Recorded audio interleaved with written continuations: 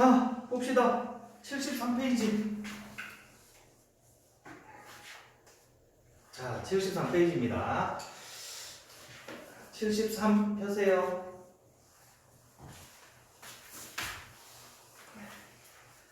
자, 73페이지에 여러가지 광학기구라고 하는 건데 거기에 첫 번째 눈의 원근 조절이 있습니다. 요거는 사실 생명과학 시간에 여러분들 좀 배우셔야 돼요. 생명과학 시간에. 그 첫 번째 뭐냐 했더니 야, 눈에서 렌즈의 역할을 하는 건 수정체입니다. 이해하시겠어요? 그 수정체가 두꺼워지면 좀 더 많이 굴절이 일어나고 얇아지면 굴절이 적게 일어납니다. 그래서 가까운 곳을 볼 때는 수정체가 두꺼워지고 먼 곳을 볼 때는 수정체가 얇아지는 거예요. 아시겠죠?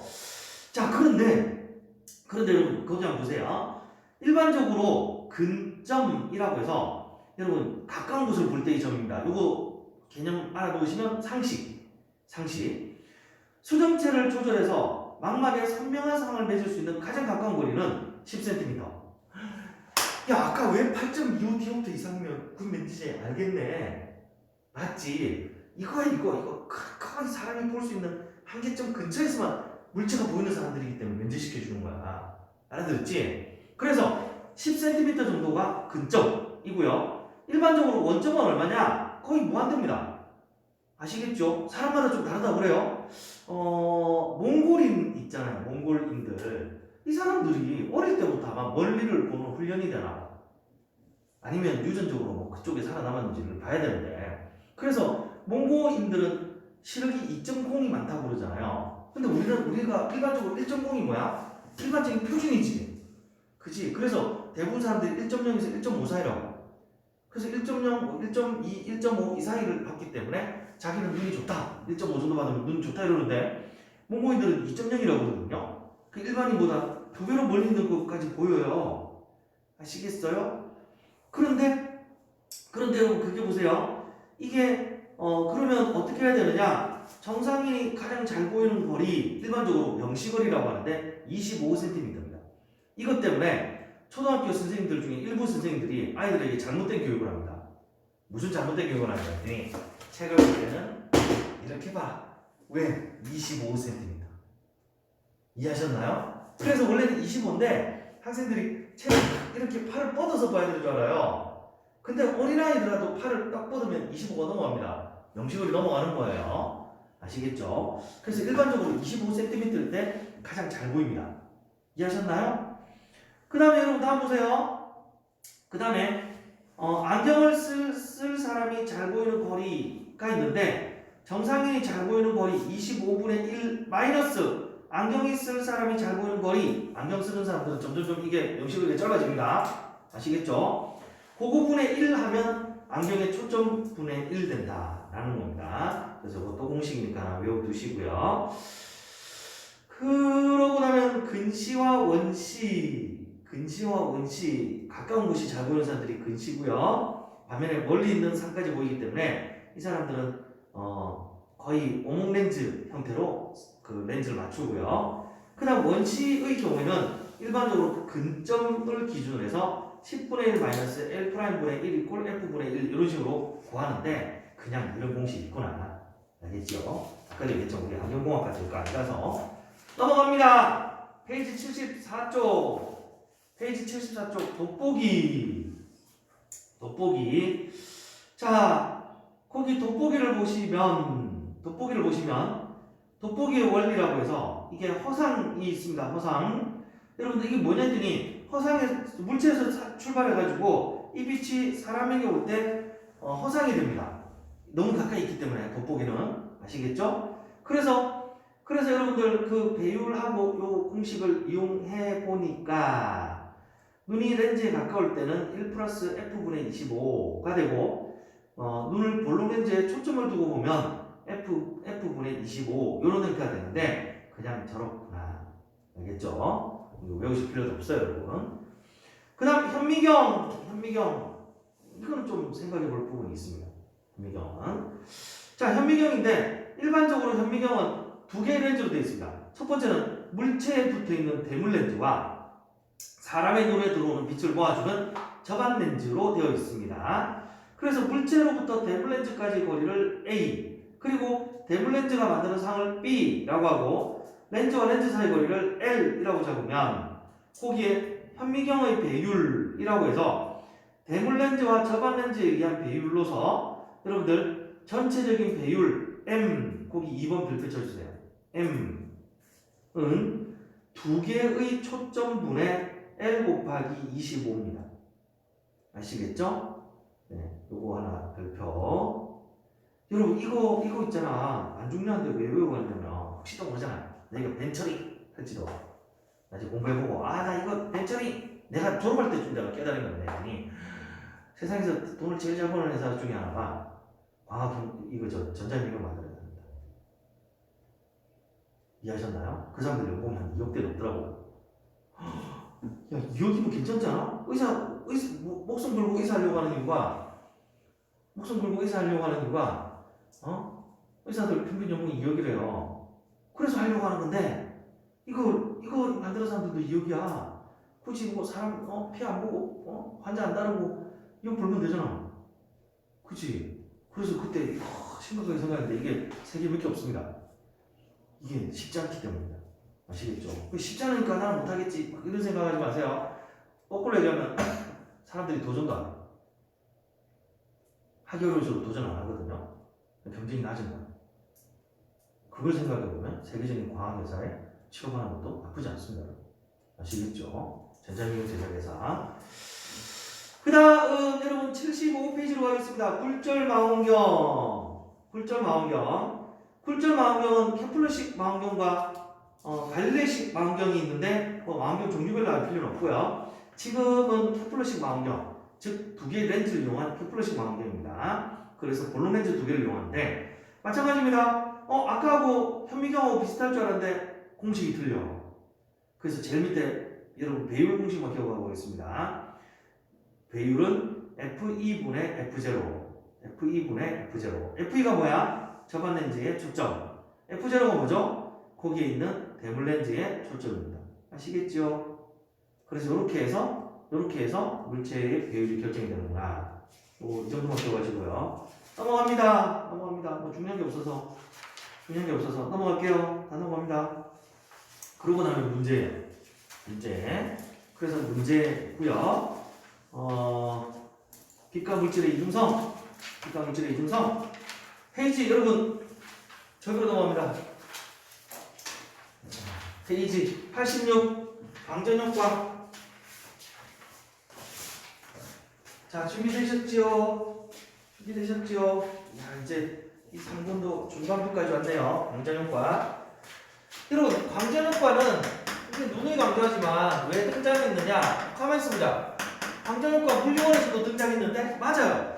근데 물리원에서 옛날에 물리원이 있고 물리투에는 딴 게 있었는데 물리원에서 찢었어. 두 개를 찢어가지고 계산과 관련된 문제는 전부 물리투로 다 보는 거야.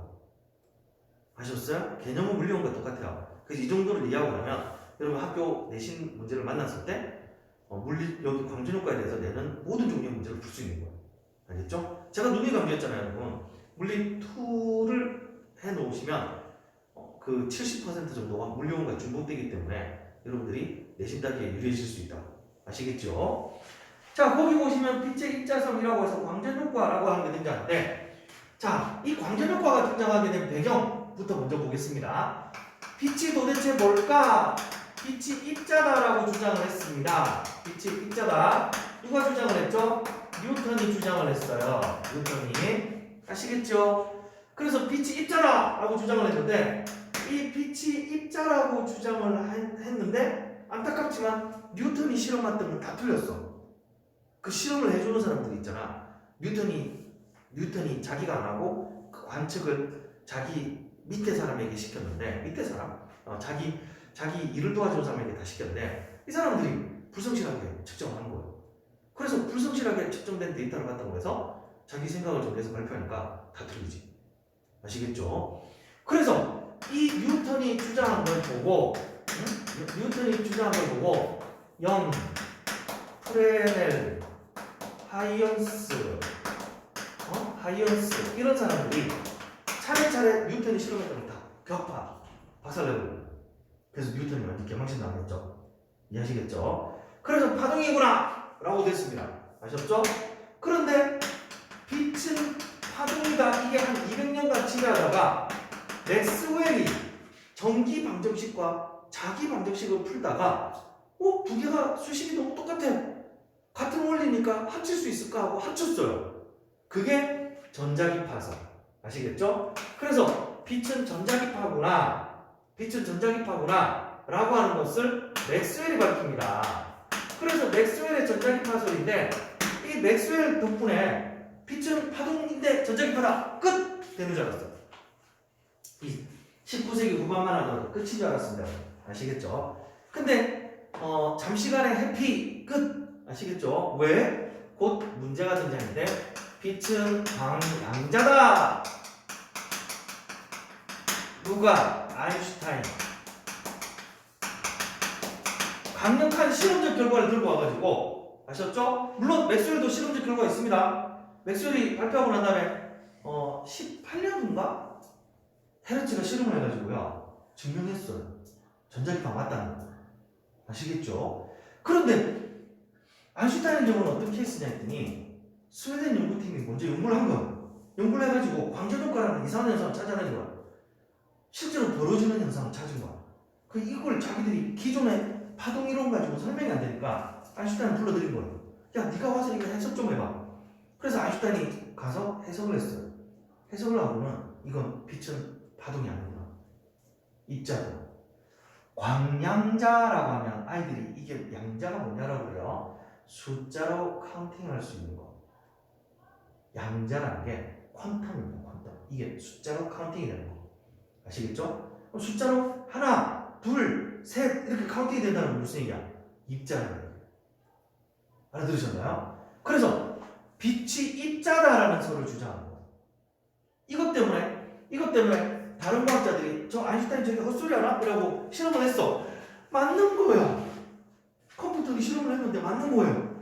그래서 이때 당시에 과학자들이 원자의 세상을 들여다보자 라고 연구 중이었습니다. 20세기 초반에. 그래서 그 과학자들 중에 드브로이라고 하는 사람이 전자가 파동처럼 움직이네? 이 무슨 얘기야? 빛이 입자의 성질이 있듯이 입자도 파동의 성질이 있다. 이해하셨나요? 이걸 드브로이가 발견한 겁니다. 그래서 결국 1927년에 세계를 주도하고 있는 물리학자들이 모여가지고 합의를 봤습니다. 빛은 이중적 존재.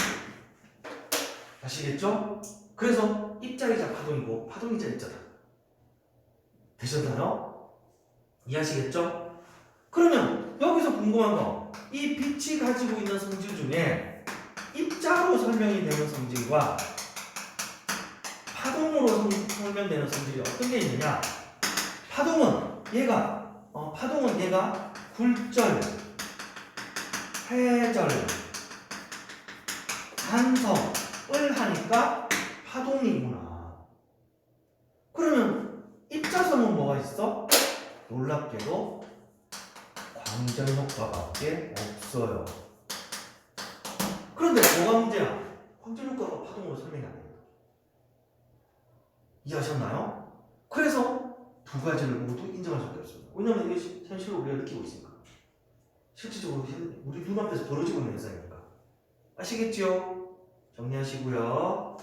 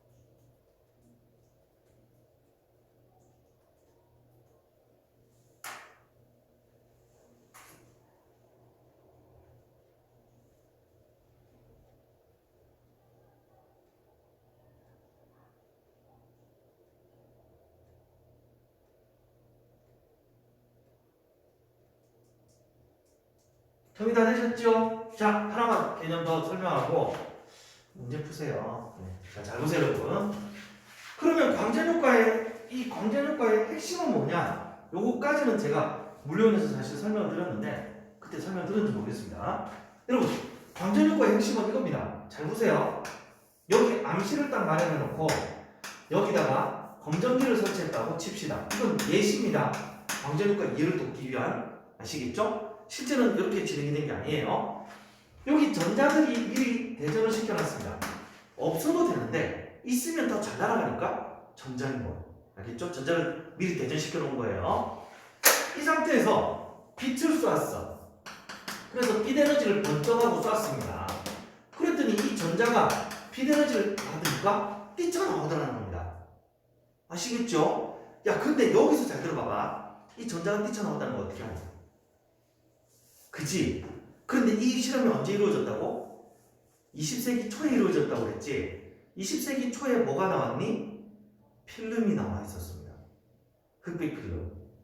이해하셨나요? 그럼 이 빛이 나왔다는 거 어떻게 알아? 이 빛이 와서 있잖아. 빛이 와서 필름을 때려. 그럼 필름에 너희 뭐 화학에서 암모니아성 칠산화용액 막 이런 거 배우잖아. 그게 발려있는 특수 플라스틱인 거야. 거기 와서 빛이 때리면 은 이온이 은으로 바뀐다. 그게 은으로 섭출되니까 필름이 되는 거야.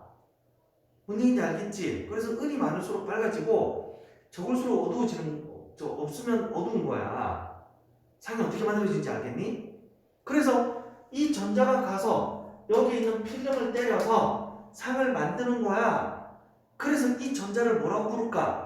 사진을 만드는 포토일렉트론. 이해하시겠어? 그 포토일렉트론을 우리말로 해석하니까 뭐가 되니? 사진전자 이러니까 이상하잖아. 그지? 그래서 우리나라에서 고민했다고. 이것도 마찬가지야. 영어를 번역해서 말을 붙인 케이스야.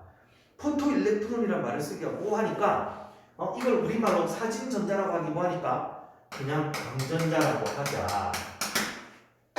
그럼 이런 효과가 무슨 효과? 포토일렉트론 이펙트야. 그걸 우리말로 해석하니까 사진전자 효과 이상하잖아. 광전효과. 알아들었어? 그래서 사실은 여기에 포커싱이 있는 거야. 이 전자가 뛰쳐나왔다는 사실. 아시겠죠? 그래서 이제 연구를 한 거야. 당시에 파동의 세기 이론은 있잖아. A제곱 F제곱에 비례했다고. 응? A가 뭐야? 진폭이야. F가 뭐야? 진동수였다고. 그래서 이 공식이 다른 파동 이론에는 다 맞아. 그래서 여기 광전효과에도 대입을 한 거야. 광전효과에도 적용을 해봤어. 그래서 광전효과에도 적용을 해봤는데 어떻게 되었느냐? 제가 광전효과야. 여기는 진동수고요. 그래서 이게 진동수가 많다와 진동수가 적다이고요. 진폭이 있습니다. 진폭이 크다와 작다인 거야. 그래서 이걸 가지고 광전자 방출이 되느냐 안 되느냐 라는 거야. 아시겠죠? 그래서 광전자 방출이 되느냐 안 되느냐 였는데 잘 들어보세요. 그래서 이걸 한글로 쓸까? 한글로 시적으로 쓸까? 자외선과 적외선을 쏘고요. 진동선 바꿔줘 옵니다. 그 다음에 진폭이 크다, 센 빛과 진폭이 작다, 약한 빛이에요. 이걸 쏴보는 거야. 그래서 자외선 센 빛은 당연히 파동이 세니까 광전자 방출 오케이. 적외선 약한 빛이니까 파동이 세게 약해서 광전자 방출이 안 돼. 여기까지 인정. 여기까지 괜찮았다고. 아시겠죠? 그런데 여기서 문제가 생겼어. 뭐가 문제가 생겼냐더니 적외선 센 빛을 쏘면 광전자 방출이 될 거다. 아무리 기다려라. 그 다음입니다. 자외선 약한 빛을 쏘면 광전자 방출이 안 되거나 서로 방출이 된다 하더라도 시간이 필요할 거다. 무슨 소리야? 비추자마자 즉시 방출이 됩니다. 이게 해석이 안 되는 거야. 다른 파동하고 안 맞는 거야. 그래서 이게 왜 이럴까를 고민하고 있었는데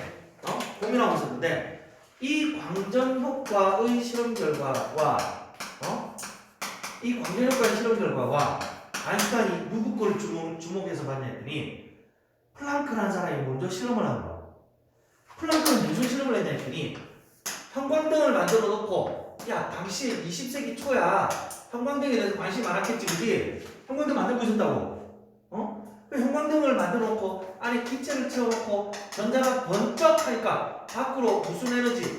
빛 에너지가 나오는데 이 빛 에너지가 특정적인 에너지 크기를 가지고 있네. 야 예를 들어서 4.9 일렉트론 볼트 이거는 내가 그 실험 결과를 가지고 온 겁니다. 4.9 일렉트론 볼트 에너지를 흡수하네? 그래? 좀 더 세게 때려봐. 세게 때려도 마찬가지야. 4.9 일렉트론 볼트의 배수 관계의 에너지만 흡수되는 거야. 알아들었니? 그럼 4.9라는 특정한 숫자를 가졌잖아. 왜 4.9라는 특정한 숫자를 가질까? 그게 문제였던 거야. 그래서 이걸 실험을 했던 플랑크가 이 실험 결과를 바탕으로 해서 플랑크의 양자가 발견된다는 거야. 플랑크가 빛은 양자인 것 같아. 이미 주장한 거야. 아시겠죠? 그래서 플랑크가 양자인 것 같다라고 해서 주장을 해서 그래서 광전 효과에다가 양자 가설을 합쳐서 아인슈타인이 그냥 대못을 박은 거야. 빛은 광양자야! 입자야! 그래서 과학자가 발칵 뒤집힌 겁니다. 다 들으셨나요? 이전에 자기들이 진실이라고 믿고 있던 걸 아니라고 주장했습니다. 아시겠죠? 그래서 여러분들 광양자설이 등장했고 이 플랑크의 양자 가설에서 가장 중요한 건 플랑크 상수입니다.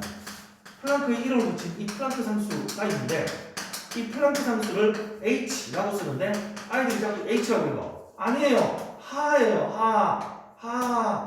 아시겠죠? 하라고 읽어야 돼. 이해하셨나요? 이게 세계적인 약속입니다. 그럼 플랑크 상수는 얼마냐? 이게 6.626 필요 없어. 그냥 3 합시다. 곱하기 10의 마이너스 34제곱 줄세커 아시겠죠? 줄세커? 네. 줄 퍼 헤르츠 이게 더 좋겠다. 아시겠죠? 이게 플랑크 상수예요. 그러면 이게 가지는 의미가 뭐냐? 플랑크 상수의 의미가 뭐냐? 이게 중요하죠. 빛이 특정 진동수에서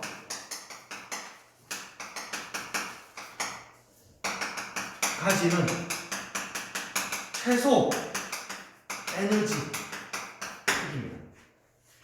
이해하셨나요? 이게 무슨 얘기냐 했더니 파란색 파란색이 있다고 합시다. 파란색 빛이 있잖아. 파란색 빛이 요게 진동수가 얼마쯤 되느냐 했더니 요게 보통 한 C 이퀄 F 란다에서 3 곱하기 10의 8인데 F 곱하기 파장이 보통 5 곱하기 10의 마이너스 7제곱이에요.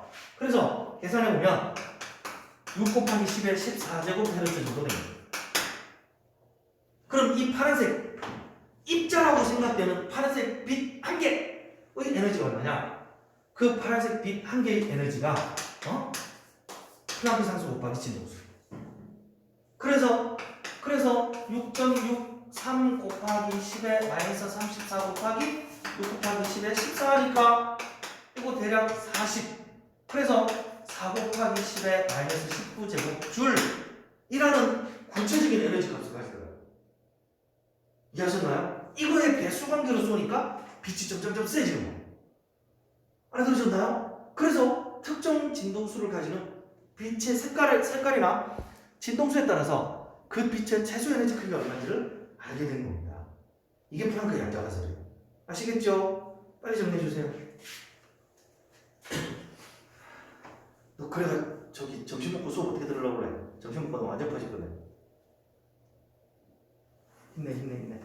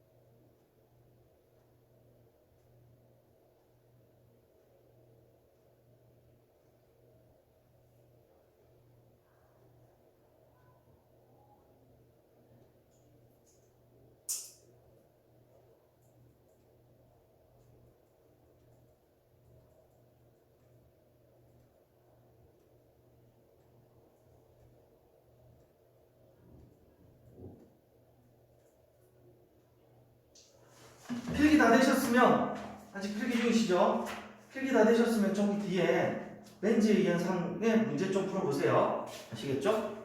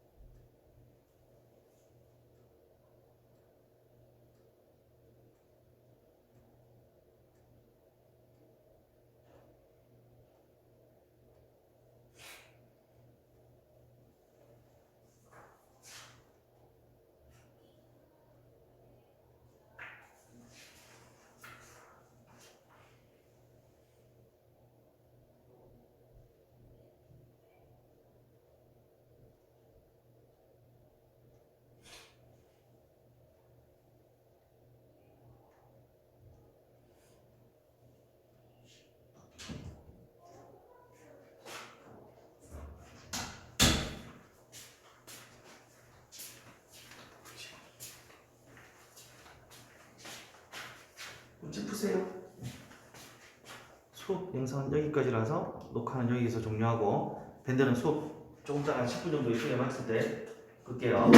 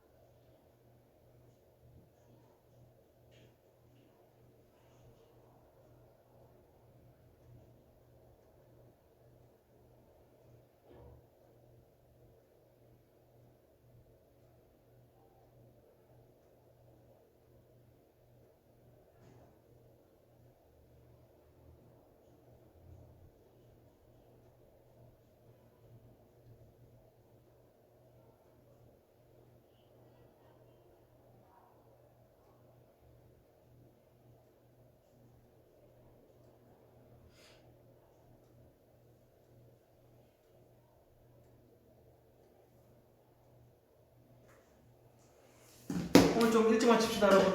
여기까지 합시다.